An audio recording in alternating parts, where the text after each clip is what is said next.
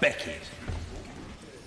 Can I say at once, Mr. Speaker, that while I deeply regret the decision made by the British people, including in my own constituency, to leave the European Union, I do not seek to challenge it.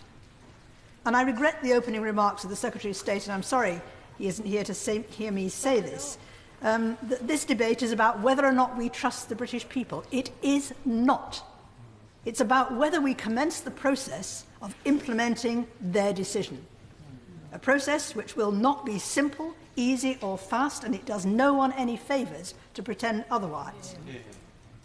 Though I accept that decision and I will vote for the bill, I still fear that its consequences, both for our economy and our society, are potentially catastrophic. So I hope that the practice of dismissing any call, any queries, any concerns, however serious and well-founded, as merely demonstrating opposition to the will of the British people will, and the notion that they would merely obstruct the process will now cease. Once we commence this process, there are very serious and profound questions to address, and it helps nobody to cheapen it in that way.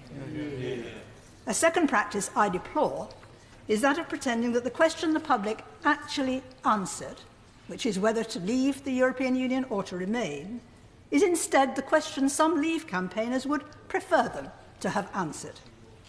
I hear many such claiming that the people voted to leave the single market, that they voted to leave the customs union.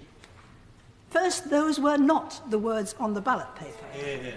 And second, while we'll all have our own recollections of the debate, mine is that whenever we who campaign to remain raise the concerns that if we leave the European Union to end free movement of people, we might in consequence find that we have to leave the single market with massive implications for jobs in our economy, some Leave campaigner would immediately pop up to assure the people that there were no such complications or problems likely to arise, and that we could have, I'm looking at one of them now, and we could have our cake and eat it, that we could leave the European Union not only without jeopardy to our economy, but even with advantage, because we could negotiate other trading relationships without any such uncomfortable ties. I'll give way to the Honourable Gentleman. Well, Mr. Speaker, but doesn't she remember that the official Leave campaign said that one of our main aims is to have many more free trade agreements with the rest of the world, and that in order to do that, of course, you have to leave the single market customs union because you're not allowed to undertake free trade?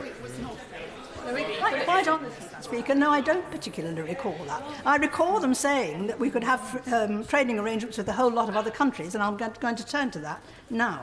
India was cited as one example.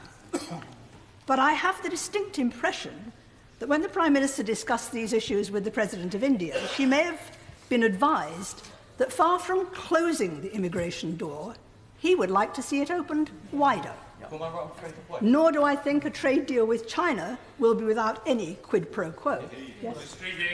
I'm grateful to my right honourable friend for giving way. Further to that, does she recall the International Development Secretary making the case to my constituents of Indian descent, of Bangladeshi descent, of Pakistani descent, that leaving the European Union would not only lead to future trade deals, but would improve immigration to this country from the Commonwealth? And does she expect that promise to be delivered?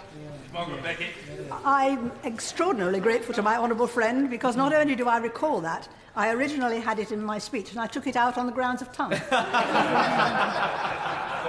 And as for the United States, I'm sure that the Secretary of State, who, like me, has had a degree of experience in complex international negotiations, is as conscious as I am that one of the first prerequisites is to listen to the words. It was not the President of the United States who said that Britain would be at the front of the queue. It was British politicians. What the President said was, "You're doing great." I don't take as much comfort,